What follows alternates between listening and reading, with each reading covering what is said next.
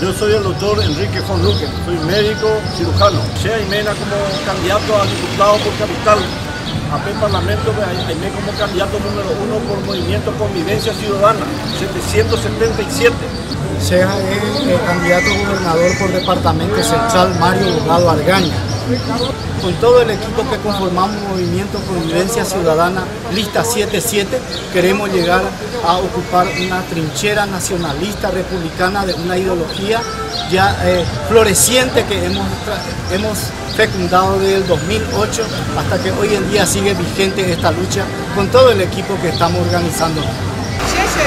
Amanda Ledesma Reisinger, Aimé candidata por la Junta Departamental, concejal departamental número 1. Estoy en el movimiento Convivencia Ciudadana, 777, en la creencia de que nosotros podemos dar a nuestro querido y amado pueblo paraguayo una mejor calidad de vida. Lista 777 de punta a punta.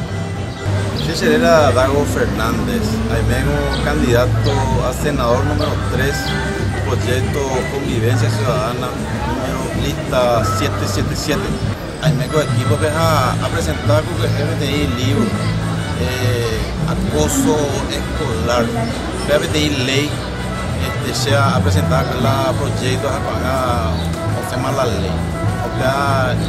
Ya pues años de pitacuela memorada, la tua sea la oejala de ahí. Reikuau casero neremiandu terarembae porandu cero a ebumarane ume orerenoi mokoi pokoi mokoi bohapui rundu a ebumarane